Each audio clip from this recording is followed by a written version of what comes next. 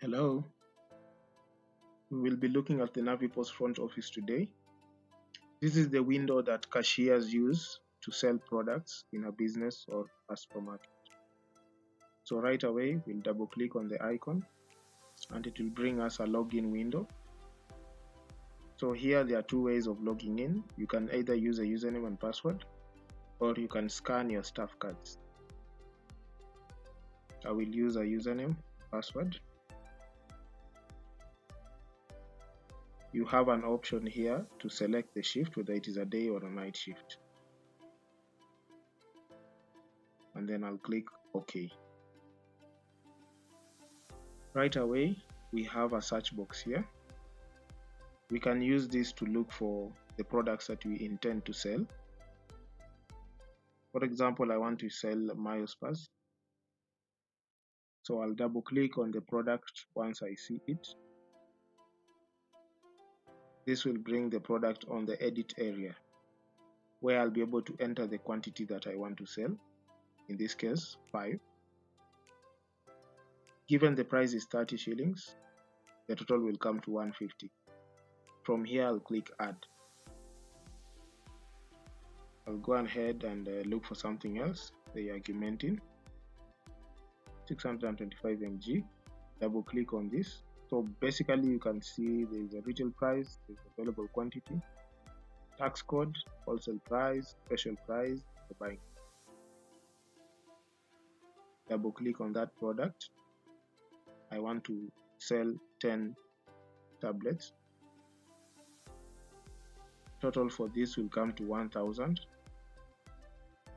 Given a situation where the customer or the client has requested for a discount, let's say I'm giving them a 50 shillings discount, the total will now come to 950. Note that the profit amount will reduce according to the discount that you are issuing, and this is the profit percentage. On the left here we have the cost, which is the buying price. From here I can click add again, or I can press F1. I can also press enter on the keyboard. So the total for this sale is 1,100. I am now ready to complete the transaction and receive payment from the customer. So I will come here and click complete transaction, or the shortcut is also pressing F6 or enter on your keyboard.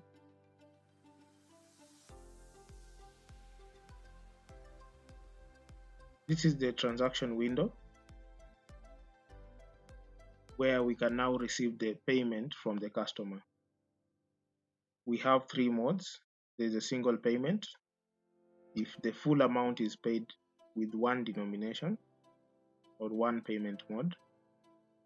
We have the online checkout where you can enter the customer's number.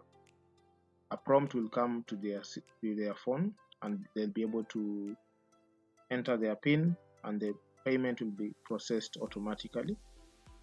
We have our last option here, which is a multi-payment. This is a situation where the customer has paid with more than one mode. So given an example here, the customer may be able to pay 500 shillings in cash and the rest 600 has been paid by M-Pesa. We have up to 3 different options, right? From there, let's go back to the single payment. We assume that this customer is giving us cash, and say the customer gives me 1,500 shillings. So automatically the change is been calculated, which is 400 shillings. From there, we can click accept. If I want to complete this transaction without printing a receipt, I will uncheck this print receipt box and then click accept. If I want the receipt, I'll leave this ticked or checked.